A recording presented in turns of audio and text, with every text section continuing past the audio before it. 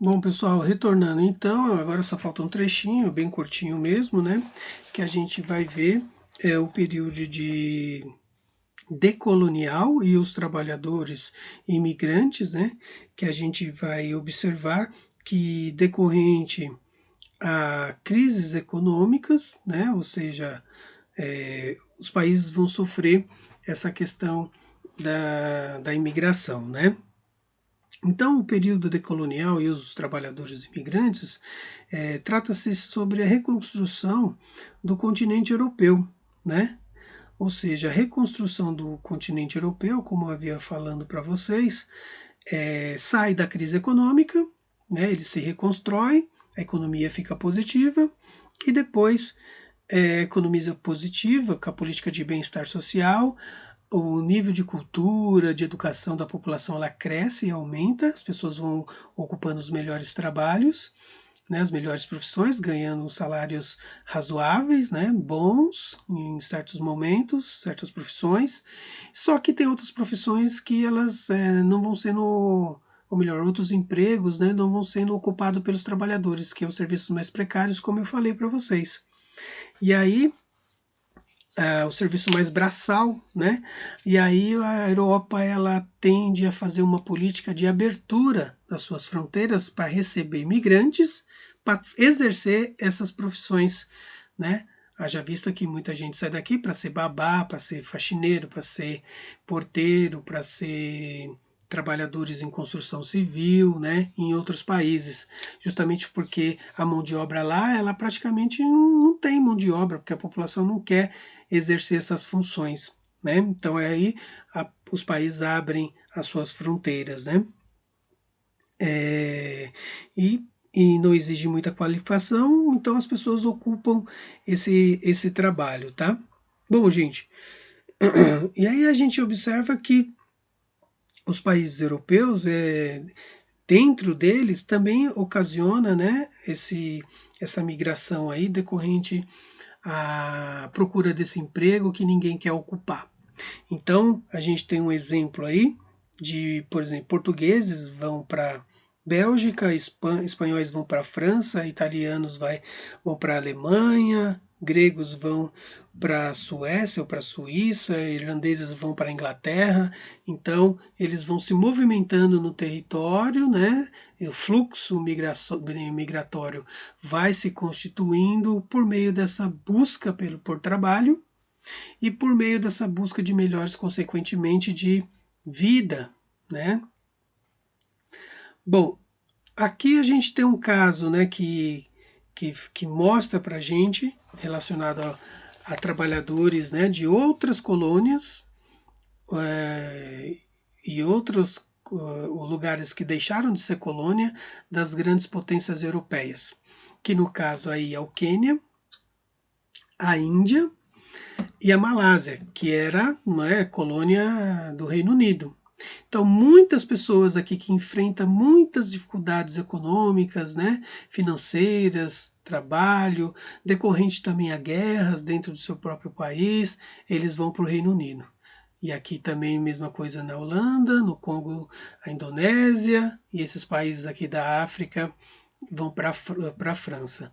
E eles vão, pessoal, justamente porque eles se dizem, né? Muitos se dizem até franceses por ter sido colonizado, se dizem francesa para conseguir uma cidadania, né, que fala cidadania da metrópole, utilizada, né, um regime jurídico para poder justificar a entrada desses africanos, né, em territórios europeus, né? A gente vê isso muito bem no gráfico, certo? E aí, aqui por fim, a gente na página 250, a gente vai ver algo mais recente, que é a crise de refugiados e os problemas migratórios, né?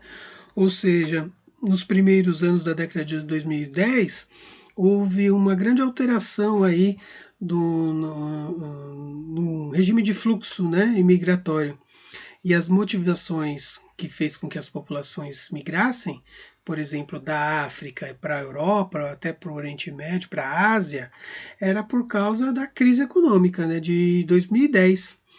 onde a gente viu cenas na televisão de criancinhas, né, mortas na praia, de embarcações com mais de 100 pessoas, virou em alto mar, muitos morreram afogados, né?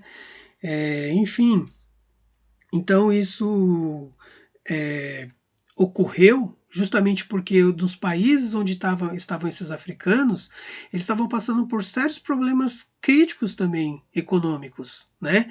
Se na Europa tinha problema de crise econômica, nesses países muito mais.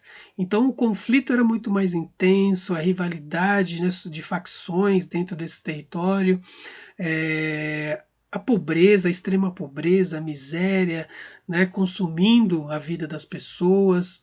Então as pessoas se arriscam, né, em pequenas embarcações em alto mar para cruzar o Mediterrâneo, né, fazer com que eles saiam da África, norte da África, e entrem na Europa. A Itália, né, recebeu muitos refugiados nesse sentido. E aí a gente vê, né, nesse mapa, nesse gráfico, né, cada risquinho desse aqui, para onde cada povo aqui africano partiu, né, qual foi o seu destino. Que foram muitos, né? Poucos em algumas regiões para outras e muito, né? Como a gente vê aqui no caso sírios, né? Decorrente da guerra, vai para a Turquia e por aí vai, certo? E aí aqui a gente tem uma imagem, né, chocante, né, da praia, da chegada de embarcações de refugiados na ilha de Lesbo, na Grécia.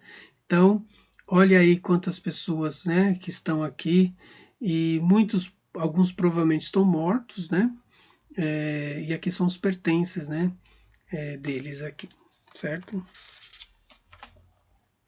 E aqui tem um gráfico, né, mostrando tudo que a gente comentou, os países europeus com maior número de pedidos oficiais, né, de asilo, né, ou seja, gente do mundo inteiro quer entrar, né, na Europa, então a Alemanha recebe o que recebe mais, né, e aqui os países dos quais se originaram os pedidos de asilo político, né? Então a Síria pede muito, né, devido à guerra, no Afeganistão, mesma coisa, na Nigéria, mesma coisa, né?